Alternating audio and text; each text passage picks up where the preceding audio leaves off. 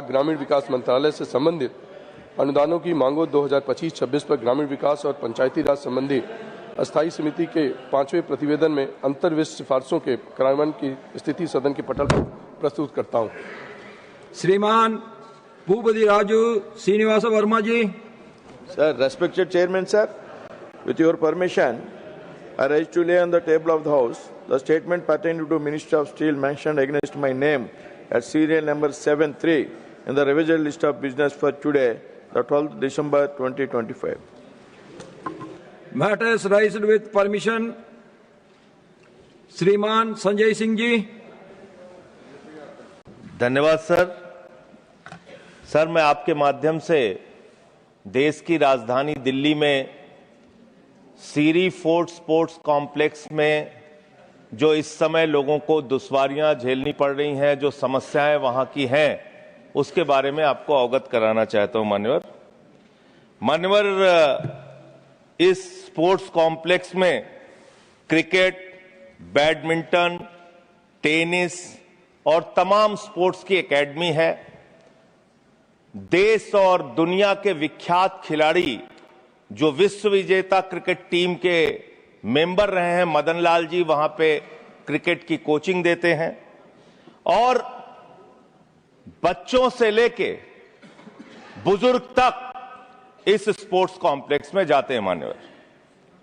लेकिन पिछले कुछ दिनों से इस स्पोर्ट्स कॉम्प्लेक्स में भय का माहौल है।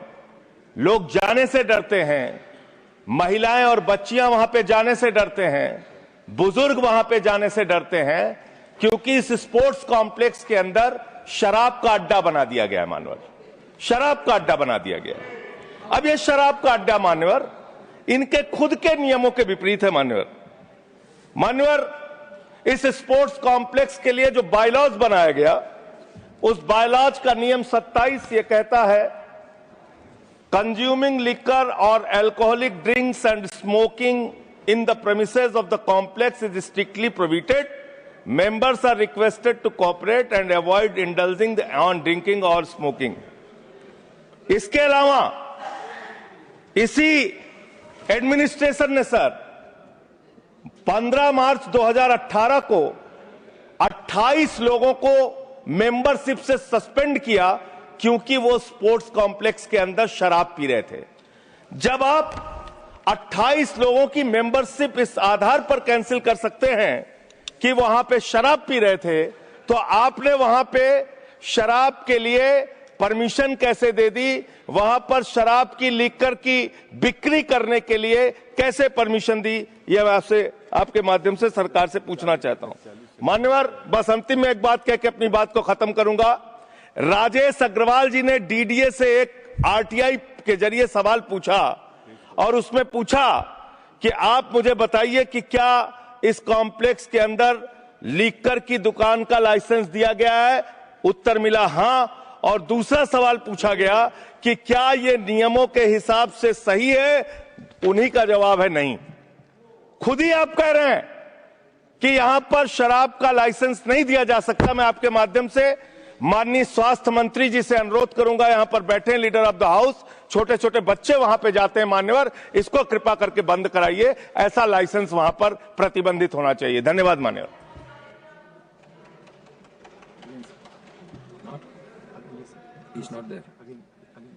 डॉक्टर विक्रम सिंह सखानी जी। चेयरमैन सर, मैं आपका ध्यान बहुत ही एक संवेदनशील विषय में कराता हूं कि डीजीसीए ने जनवरी में एक सर्कुलर इशू किया फ्लाइट सेफ्टी का, जिसमें 3 प्रावधान किए गए कि एक पायलट जब 5.5 दिन 1 हफ्ते में 8 से 10 घंटे उड़ान भरता है, तो उसके बाद उसको 36 आवर्स की बजाय 48 आवर्स रेस्ट मिलना चाहिए।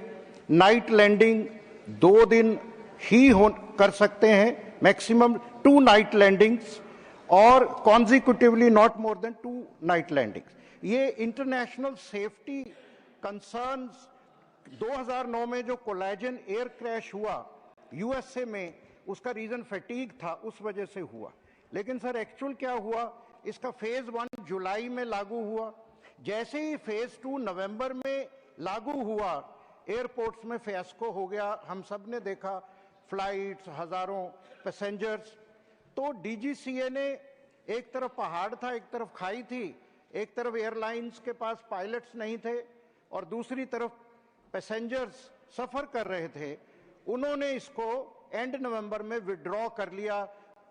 Safety was totally compromised. So I want to request you that some airlines in the name of cost cutting or making profits didn't have sufficient crew, इसकी वजह से फेयर भी 1 लाख रुपए हो गए। पर इसका मतलब ये नहीं है कि सर्कुलर को बिल्कुल बर्खास्त करके वापस ले लिया जाए। अभी आपको पता ही है, एयर इंडिया अहमदाबाद में अनफॉर्चुनेट इंसिडेंट हुआ, उसका भी कोई कॉन्क्रीट अभी एक्सप्लेनेशन नहीं मिला। और दुख की बात है, कंसर्न है कि 65% ऑफ द एयर ट्रैफिक खाली 2 एयरलाइंस के पास है। तो ये भी मैं आपके माध्यम से आग्रह निवेदन करना चाह रहा हूं कि हमारी सबकी जिम्मेवारी है, there is no blame game, कि भाई हम जो एयरलाइंस हैं, हमारे बैंक्स हैं, हमारे पावर प्लांट है, infrastructure, these are national assets. जब कोई एनपीए हो जाता है, एनसीएलटी हो जाता है, तो सरकार उसका रिस्ट्रक्चरिंग करती है। पर ऐसा एयरलाइन के केस में नहीं किया गया। शायद वो एक कारण हो सकता है कि 2 एयरलाइंस ही 65% ट्रैफिक पे कर रही हैं। और ये जो प्रॉब्लम मोनोपोली या डुओपोली की है, किसी एयरलाइन के पास पायलट्स हैं तो उनके पास अच्छे जहाज नहीं है, ऑर्डर करे हैं, 1.5 साल लगेगा। किसी के पास जहाज अच्छे हैं, उनके पास पायलट्स आर नॉट देयर। तो we can't compromise with the safety, so this safety regulation should be brought back maybe in a month's time or whenever, and we should have a fair play for airlines, because hame agar 5 Sir, thank you, Chairman, sir. Sir, Karnataka is witnessing a serious sugarcane farmers agitation, especially in North Karnataka districts such as Belagavi, Bagalkote, Vijayapura, Vijayanagara, Bidar, Gadag, Haveri and Dharwad. Sir, the fair price announced by the union government for 25-26 is rupees 355 per quintal. After deducting harvesting and transport cost of rupees only 800-900 rupees per ton, farmers are left with only 2,600 to 3,000 rupees per ton.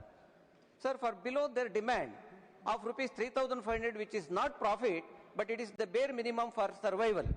Sir, the crisis deepens when we look at the ethanol allocation for 2024-25.